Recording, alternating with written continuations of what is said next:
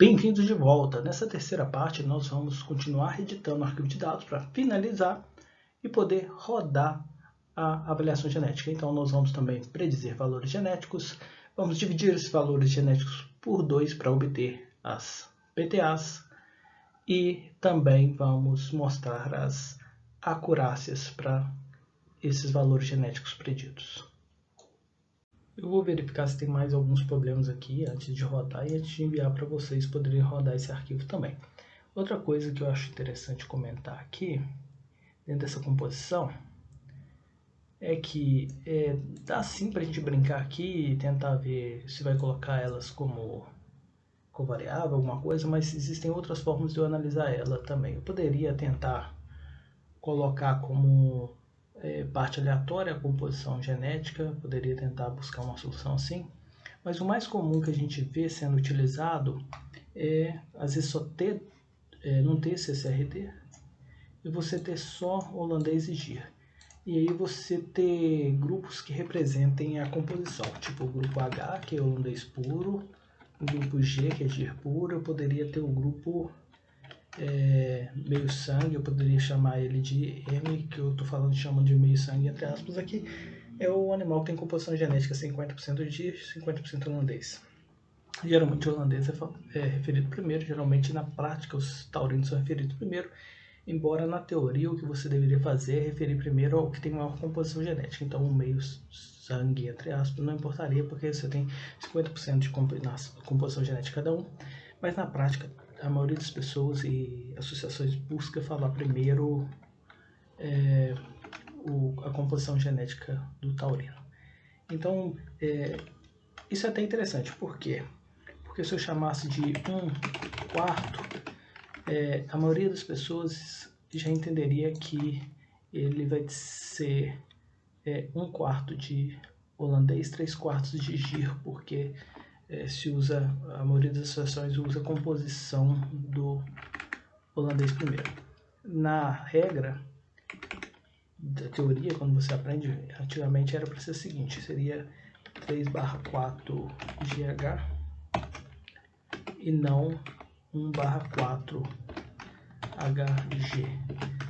E se fosse o 3/4 HG, aí seria a mesma coisa, né? Não faria sentido você colocar 1/4 GH. Por quê? Porque na teoria uma composição que vem primeiro e na prática o taurino que vem primeiro, no caso o holandês. Então esse aqui nunca faria sentido. Esse aqui faria sentido na prática, a maioria das associações. E esse aqui faria sentido na teoria, né? Que a gente aprende. Então eu poderia ter coisas como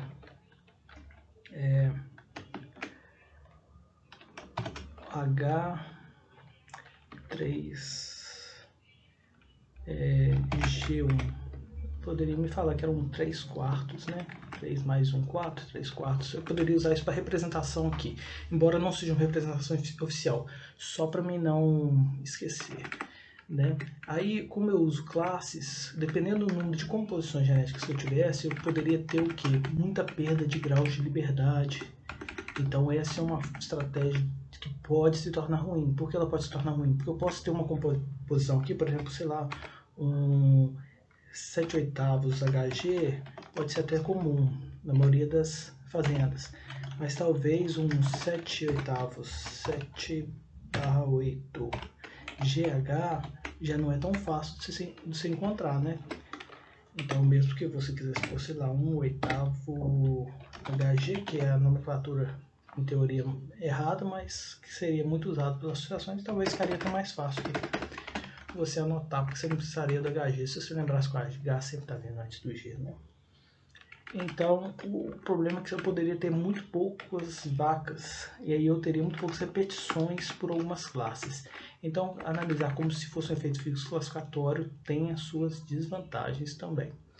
Como efeito aleatório, eu acredito que a maior desvantagem seria estimação de componente de variância, seria toda a estrutura de trabalhar com matrizes, para esse efeito, né? Então também não vejo muita gente fazendo isso não. O que eu acho que talvez seria uma estratégia alternativa a efeito físico classificatório, que é o que eu mais vejo, e que tem essa desvantagem de poder ficar muito poucos animais para algumas classes de composição, seria você talvez, se você considerar que a maioria desses SRDs são... Você poderia, às vezes, se você não aceita, se você quisesse trabalhar com o girolando, você poderia ir eliminando, né, os animais que tivessem composição SRD ou reduzindo essa composição na população. Ou você poderia,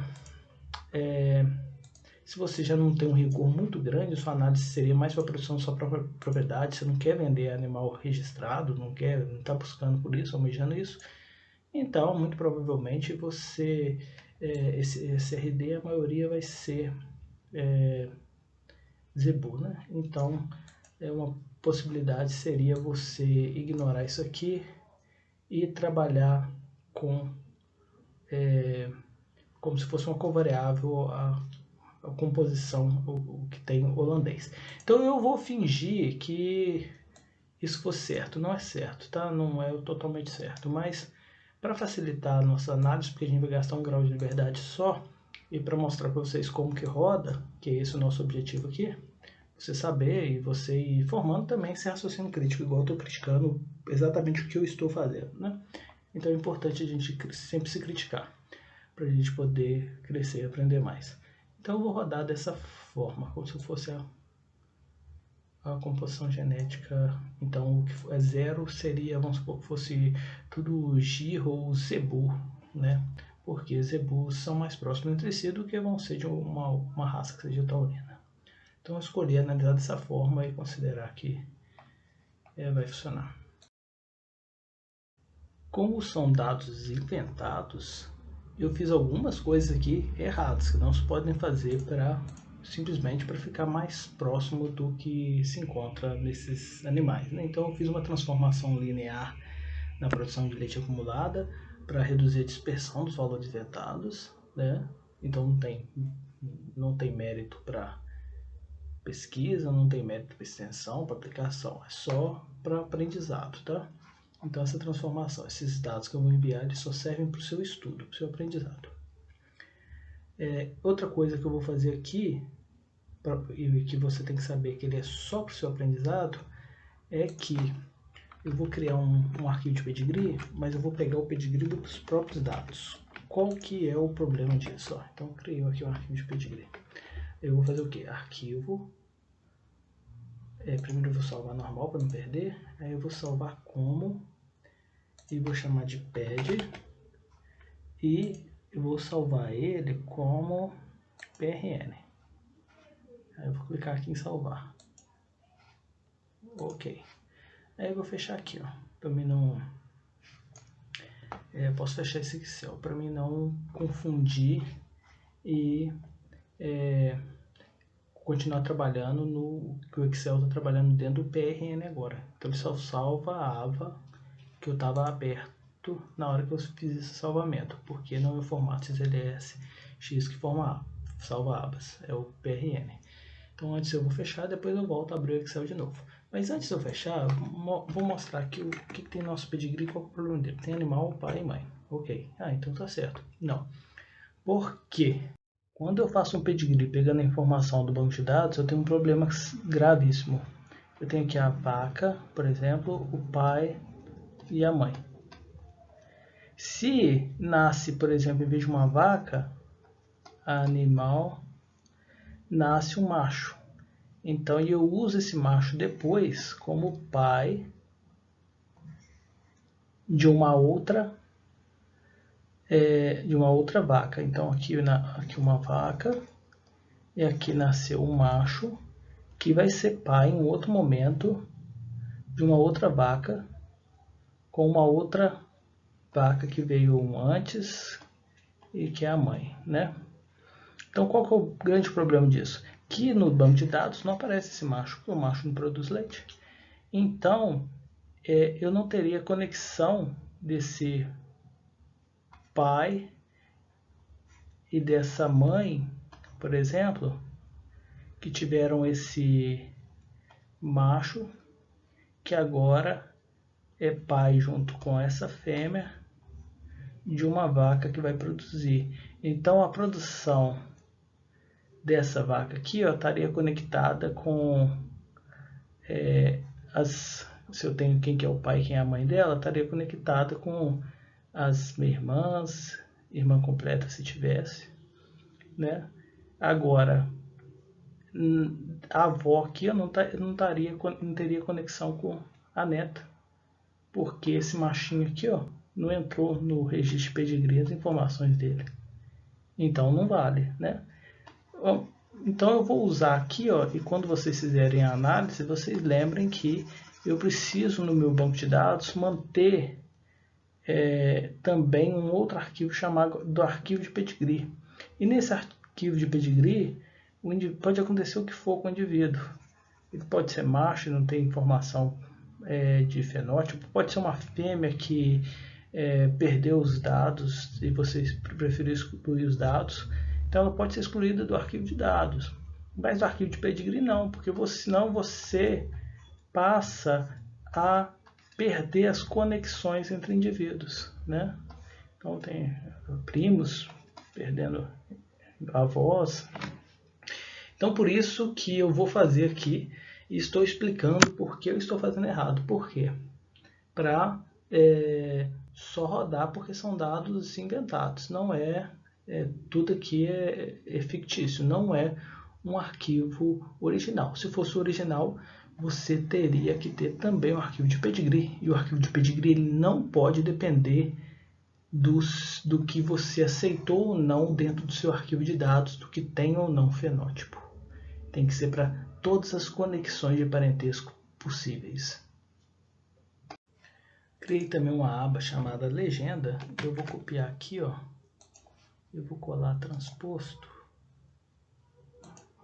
o cabeçalho, porque no nosso arquivo que vai ser utilizado no programa lá, não vai poder ter cabeçalho. Agora eu vou voltar para a aba certa dos dados e vou salvar primeiro normal, aí depois eu vou salvar como também com PRN os dados. Então vou chamar só de dados, que foi mais fácil de colocar lá depois no cartão de parâmetros. Vou salvar aqui. E agora eu vou fechar o Excel para não ficar mexendo no PRN, né? Que só salva essa aba. Agora eu coloquei o arquivo PRN de dados, o arquivo PRN do pedigree, o executável do programa e o cartão de parâmetros, tudo na mesma pasta. Eu vou lembrar que o pedigree parece estar tudo ok, embora aquele comentário que eu fiz. O banco de dados, eu vou fazer algumas alterações aqui, porque a gente está mexendo no Excel lá. Vou usar o Ctrl H para tirar as vírgulas e substituir por ponto. Substituir tudo. Esses espaços duplos nesse programa não é problema. Então aqui aparentemente está tudo ok. Posso tirar a última linha, mas eu acho que esse programa também não tem muito problema. E no pedigree posso fazer a mesma coisa. Agora a gente já pode dar 2 cliques e rodar se o cartão de parâmetros estiver ok. Após algumas alterações e enxutes para esses dados aqui, então não dá muito bem para ser pensando somente no fenômeno, né, como os dados foram inventados, mas aí o cartão de parâmetros ficou dessa forma. Pedigree chamava ped.prn, está na mesma pasta. Se tivesse uma pasta para trás, por exemplo, a gente teria que pôr ponto barra para ele voltar uma pasta, mas está na mesma pasta. O dados.prn também. E nas colunas que eu pedi lá para a gente guardar os nomes, eu até mudei um pouco os nomes aqui, mas não tem problema, desde que eu identifique a coluna corretamente, de forma que eu entenda. Então, animal, pai e mãe. O animal era a vaca, né? Pai e mãe. Depois vem composição genética, estação. Lembrando que estação vai ser declarado como efeito fixo. Então, aqui eu tenho que formar o número de classes, né? Tem chuva 1 e 2 seca, então são duas. IVP, idade da vaca ao parto, esse covariável não precisa identificar número. del não vai ser nada nessa análise. Eu acho interessante colocar aqui, porque talvez eu ia colocar como covariável, porque antigamente algumas pessoas usavam para a duração da lactação.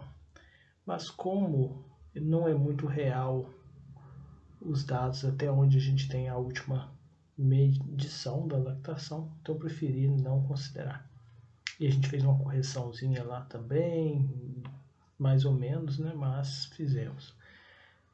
A produção de leite acumulada aqui, o PLAC. E aí finalizamos a declaração dos nossos dados. A análise vai ser unicaracterística, a gente não vai rodar mais de uma característica por vez, somente a PLAC.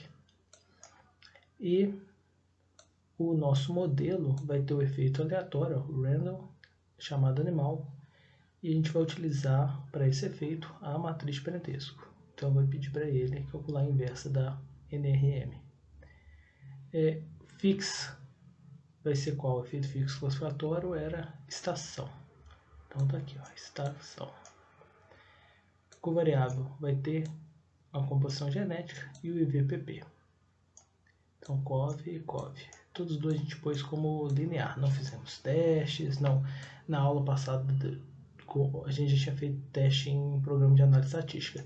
Aí de hoje ia tomar muito tempo a gente tentar de novo, né? Então cada dia eu vou tentar explicar alguma coisa. E aí a gente vai fazendo parte do que o melhorista faria, né? Numa análise real, de forma bem rápida e tentando simplificar o máximo possível. Nessa análise, ó, depois de eu declarar o modelo, que é a trait, a característica PLAC, ó, eu finalizo com end, né? E vai ter um comando especial aqui. Eu coloquei o for-c, que ele vai... Então tem um especial e end, né? Vai ter alguns comandos especiais. Aqui é necessário esse cov0, que é o quê? Que eu tenho uma covariável que vai ter que ajustar e assumir valores 0, não vão ser assumidos como dados perdidos, vão ser assumidos como valores que fazem parte dessa covariável, que fazem parte de valores que ela possa assumir. Então a composição genética pode ter 0 de composição de holandês, né? Então por isso que a gente vai pedir para ajustar. Então esse daqui, ó, essa covariável vai ter um comando especial para ela, que é pedindo para ajustar e aceitar que ela possui valores 0. E o for-c é um comando aqui para ele sair, forçar a mostrar algumas soluções que eu quero para os efeitos fixos. E aí a gente finaliza os comandos especiais e vai declarar um valor de partida para variância associada ao animal e para variância associada ao resíduo, que é diferente da análise da aula passada, que tinha animal mais mãe. Aqui não faria sentido você ter um efeito materno, né? A gente não tem aqui efeito aleatório de mãe, não faz sentido a mãe influenciar a produção da filha por efeito materno. Ela vai influenciar o que? Ela passou a genética dela, o pai passou a genética. Então esse efeito que a gente chama de efeito animal. Agora, a genética da mãe fazê-la proporcionar um ambiente melhor para a filha, a gente não vê isso em animais de interesse zootécnico, né? Às vezes a gente vê esse efeito assim da mãe na filha, eu já vi em elefante. Geralmente você vê muito falar sobre isso, né? Esses pesquisadores que gostam de ir atrás na natureza, né? Falando que geralmente no primeiro filho, a elefante não tem muitos cuidados maternos. Então eles geralmente falam que a avó ajuda um pouco para ele não agarrar, não ir para locais fora do grupo, né? Na verdade, eu não tenho certeza que eles pesquisam e sabem exatamente que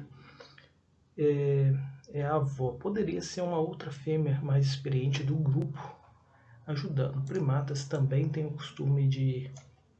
Alguns primatas, né, de depois de uma determinada idade, vários do grupo ajudarem na criação, protegerem uns aos outros, né?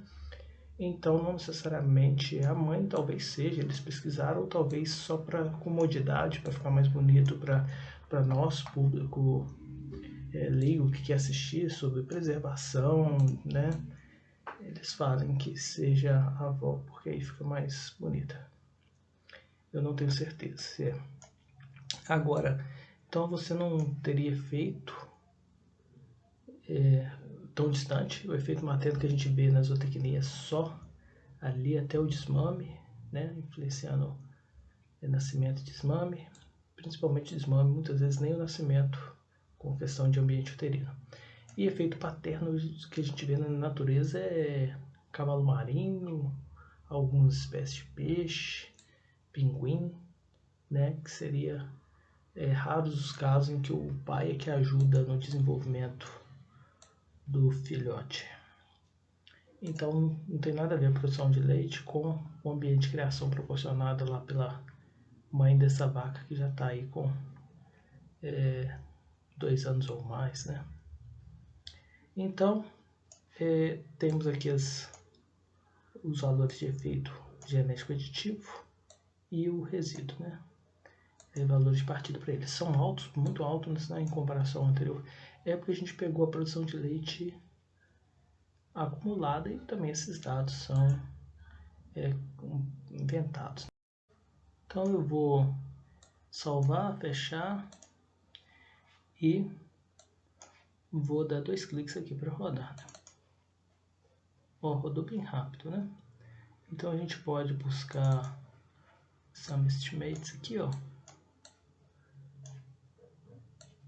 Então tem os valores de critério de ajuste. Se eu quisesse testar mais modelos com outros efeitos e quisesse comparar eles, a gente não vai entrar em detalhes. Tem aqui, ó, estimativa para variância residual. Aqui a proporção entre os efeitos aleatórios que essa fonte de variação representa, né? O quanto que da variação total que ela é responsável. E aqui a variância aditiva, o tanto que ela é responsável pela variação fenotípica, né? Variação total dos efeitos aleatórios.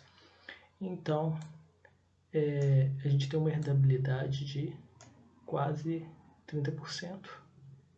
Então, temos uma herdabilidade de 29,68%, ou uma herdabilidade de 29%. E aqui nós temos a estimativa de variância genética aditiva. Pediu para tratar os resultados com cautela, ele realmente convergiu.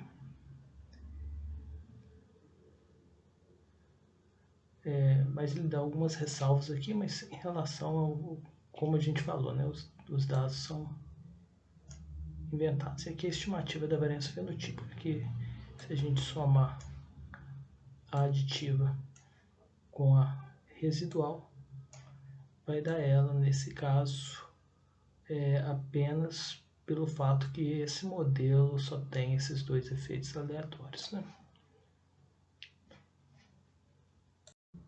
E você gostou mais de obter essa herdabilidade aqui, ó, estimada por usando o software, ou aquela metodologia mais antiga lá que a gente fez utilizando a análise de variância? Na primeira disciplina, qual você achou mais fácil?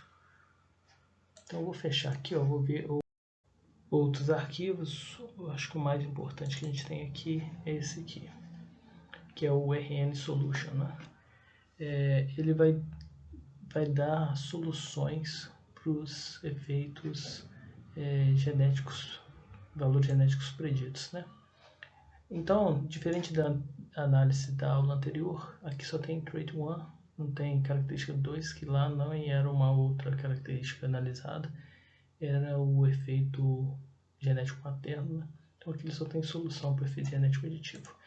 Aqui é o animal piorador, se a gente quiser saber a DEP dele, era só a gente dividir esse valor por 2, qualquer animal, né? Diferença esperada por gene é metade do valor genético.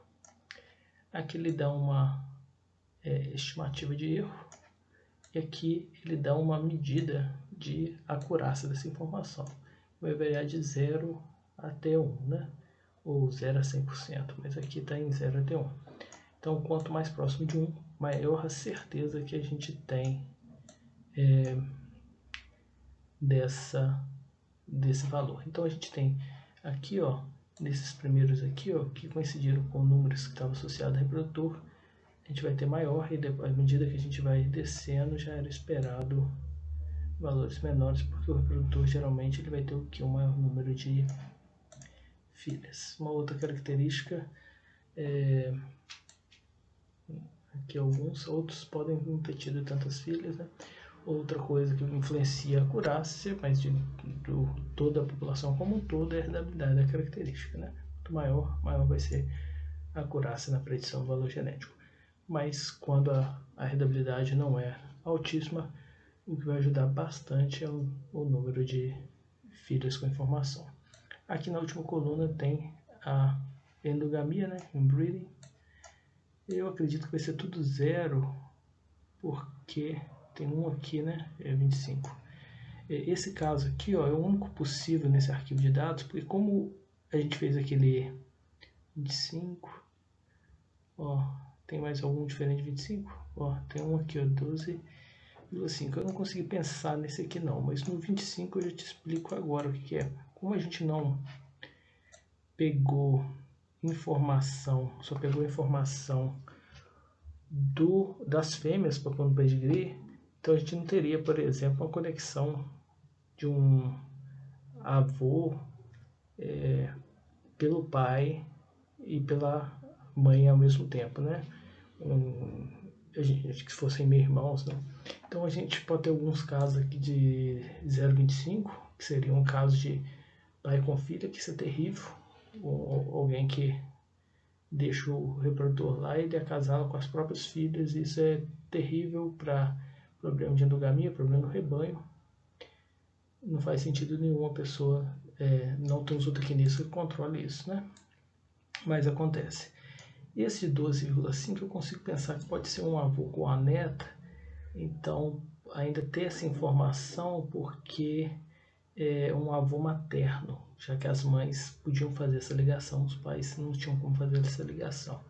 Então o avô materno com a neta também é algo terrível, né? Esse reprodutor ficou com mais tempo no rebanho, mas o controle de acasalamento não foi bem feito. Na forma geral aqui a gente vê muito pouco desses casos, então devia ter alguém acompanhando, né? Nesses dados hipotéticos, alguém fictício lá da imaginação acompanhando. Agora, mesmo assim aconteceu, né? Então, no mundo real, o zootecnista tem que ficar de olho para que isso não aconteça. Às vezes no mundo real acontece mais vezes do que nesse fictício aqui. Então aqui a gente tem as estimativas de acurácia, aqui a gente tem a endogamia, aqui é uma medida, vamos chamar ela de uma medida de erro associada à predição do valor genético dos animais que está aqui. E se a gente dividir esses valores genéticos, olha que alto esse aqui, por 2 a gente teria a diferença esperada nas progênies. Que em bovinos de leite nem você não escuta muito os termos acurácia, você escuta mais confiabilidade. E o valor genético dividido por 2, você escuta PTA em vez de DEP, geralmente, né? Então, que PTA é incrível que teria esse aqui, né? Metade disso aqui. E aí você poderia jogar isso no Excel, colocar aquele para colorir as células do maior para o menor, ver os animais que estão com maior. Claro que você sabe fazer isso, né? Peraí. Abrir um novo arquivo do Excel que eu vou aqui, ó. Eu vou pegar aqui e posso usar Ctrl A, que seleciona tudo, e Ctrl C. Ctrl A é no bloco de notas, tá? Ctrl C em qualquer um. Então copiei tudo e aí eu vou para esse Excel novo que eu abri aqui e vou colar. Ó. Ele colou não do jeito que eu queria. Então eu vou em dados, aqui ó, à direita ele vai ter textos para colunas. E aí eu vou em delimitado, avançar e vou propor separar por espaços. Avançar e vou concluir. E agora tudo que estava na primeira coluna foi dividido entre todas, né? pode dar alguns errinhos aqui. Essa primeira ficou vazia, eu vou excluir. E aí aqui, ó, algumas coisas mudaram de posição, né? Então aqui era o número, aqui é o original, aqui vai ser o trait, característica, aqui vai ser o solution, aqui vai ser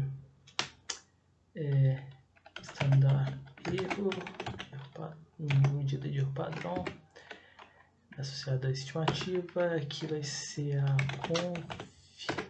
confiabilidade e aqui vai ser a endogamia. E aí a gente pode criar uma nova coluna, por exemplo, e chamar de PTA, e a gente pode fazer que ela é igual a solution dividido por 2. Então a gente pode chamar isso aqui de BG predito, valor genético predito, que a gente arrasta para baixo e... Uai, por que esse... estamos com um problema aqui. Quando a gente copiou e colou no Excel, antes de jogar no Excel a gente deveria ter mudado tudo para vírgula, porque o meu Excel aqui está no sistema brasileiro. Então, vamos lá. Então a gente teria que vir aqui e dar um Ctrl H para mudar para os pontos para vírgula, substituir tudo e agora o Ctrl A para selecionar tudo, Ctrl C para copiar. Agora vamos para o Excel e vamos colar aqui. Olha, agora ele interpretou tudo certinho. Eu vou excluir essa coluna aqui, vou mudar essa de lugar. E aí, sim, né? Endogamia, só tem alguma coisa. Não, porque aí não tem mais aquela coluna que eu criei. Vamos dar um Ctrl X, colar para cá.